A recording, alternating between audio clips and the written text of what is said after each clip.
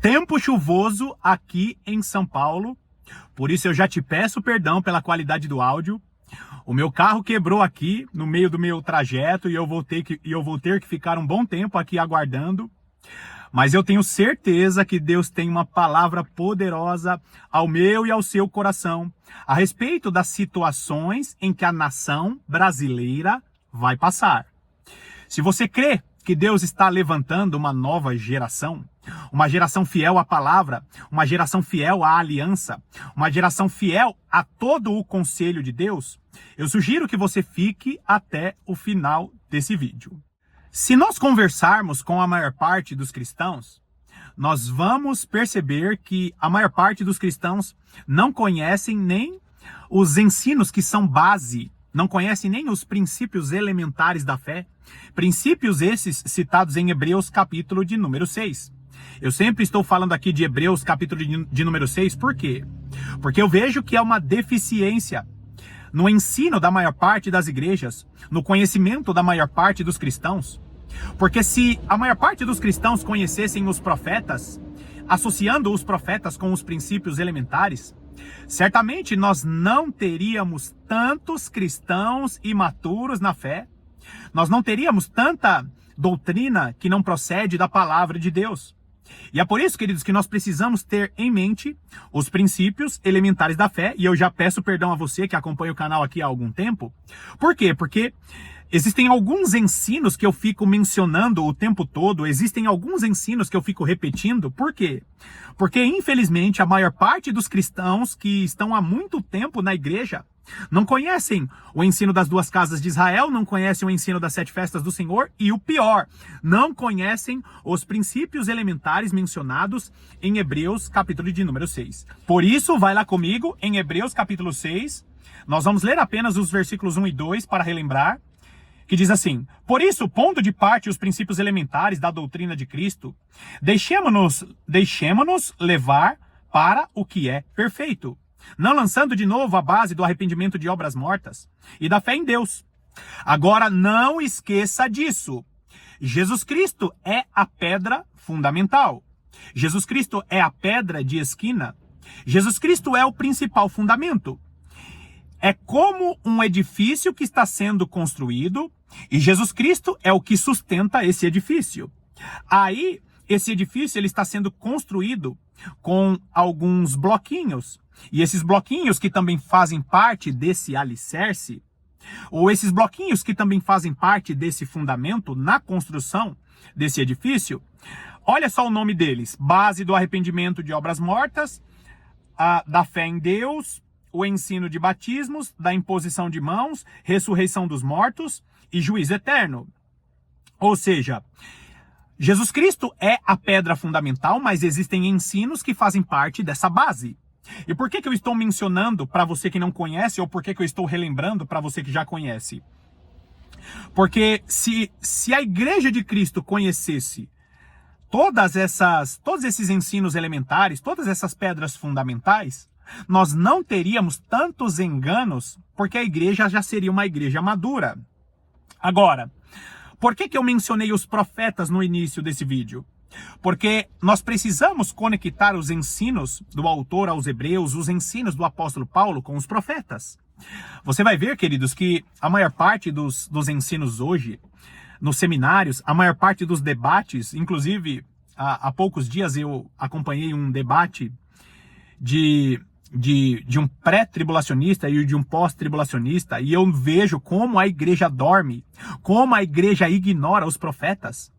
Os debatedores, ou os teólogos, os pastores, eles citam autores antigos de 50 anos atrás, de 100 anos atrás, alguns até citam os pais da igreja, e é muito importante conhecer os pais da igreja, mas quase nenhum teólogo, você pode prestar atenção, na maior parte dos debates, na maior parte dos ensinos sobre o final dos tempos, quase ninguém cita os profetas. Por quê?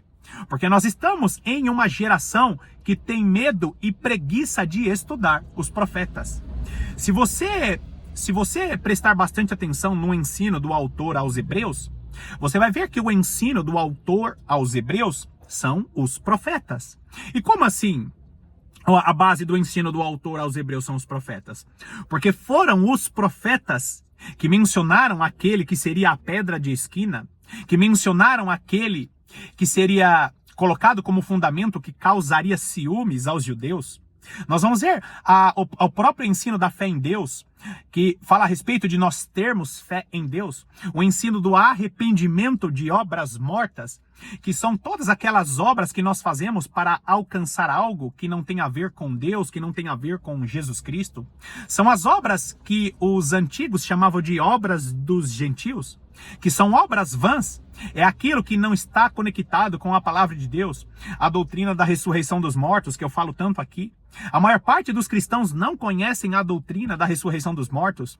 A maior parte dos cristãos, por não conhecer a doutrina da ressurreição dos mortos, não conhecem a doutrina do juízo eterno.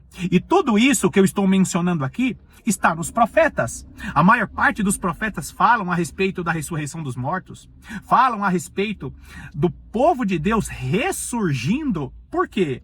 Porque o povo de Deus vencerá a morte através daquele que foi estabelecido.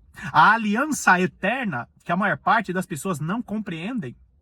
E nós vemos que a igreja hoje fala de arrebatamento para lá, arrebatamento para cá, mas ignoram doutrinas que nos conectam com o verdadeiro ensino do final dos tempos.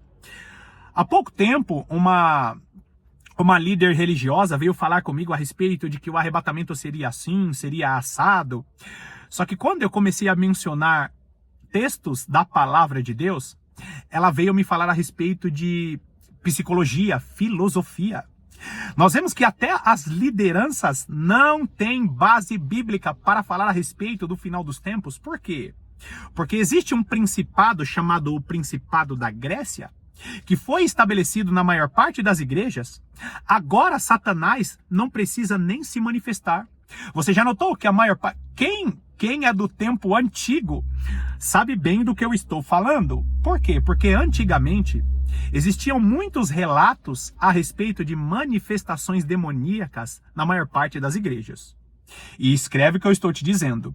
Existe uma igreja muito conhecida por manifestações espirituais de demônios. Eu fui dessa denominação. E ela é muito conhecida por um dia específico de libertação. E eu conheci pessoas que foram convidadas a fingir que estavam possessas de espíritos malignos. Por quê? Porque os demônios não estão mais se manifestando. Sabe por quê? Os demônios não estão mais se manifestando? Por dois motivos. Primeiro, existe uma estratégia de Satanás para não se manifestar, porque quando o demônio se manifesta, ele sabe que ele vai ter que sair quando alguém orar em nome de Jesus.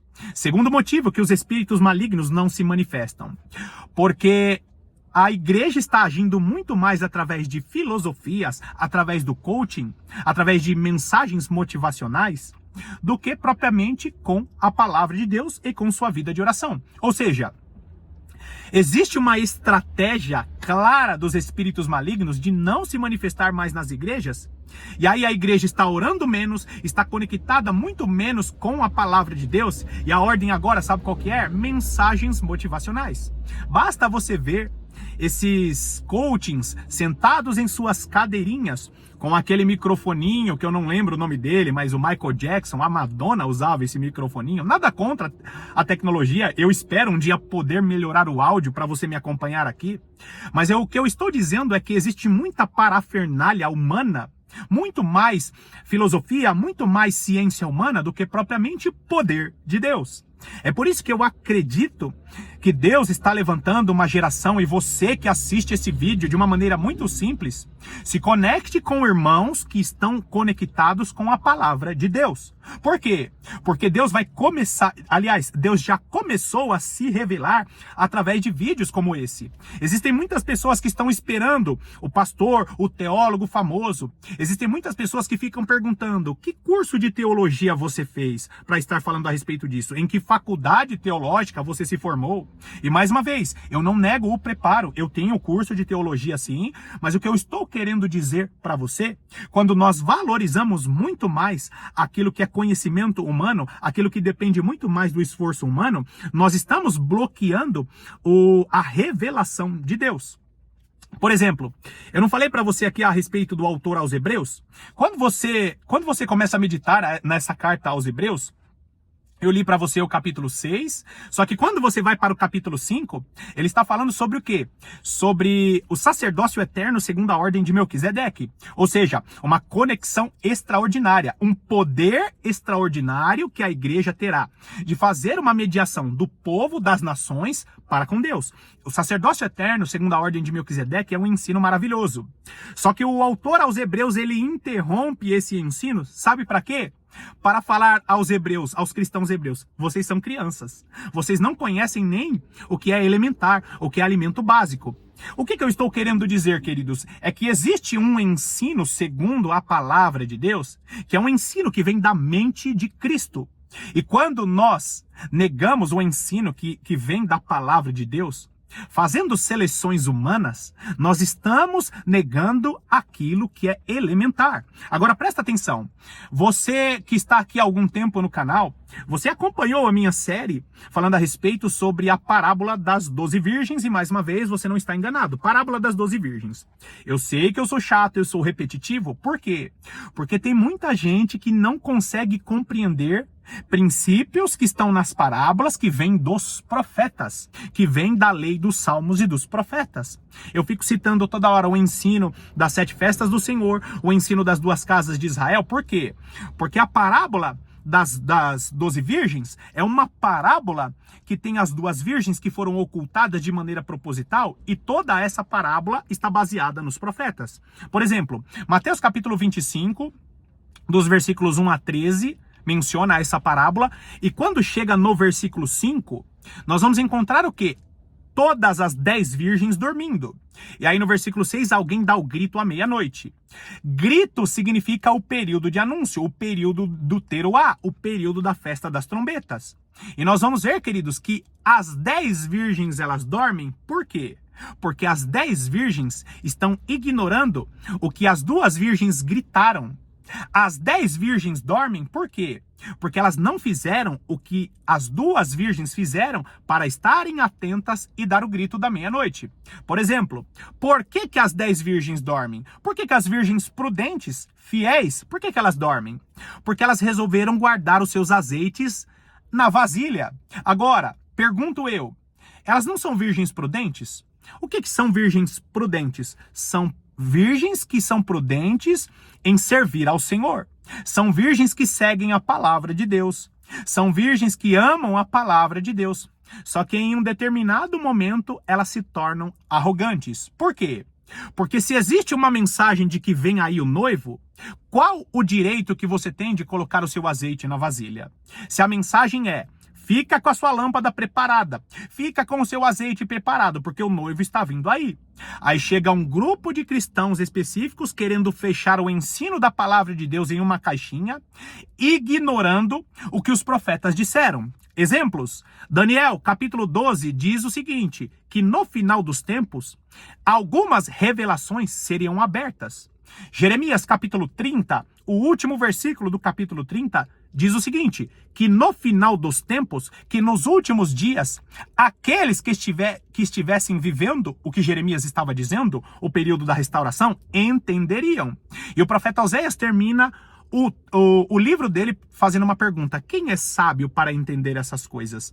Nós vamos ver que os profetas começaram a profetizar para o período da época deles. Só que essas profecias, elas avançaram milênios. Por quê?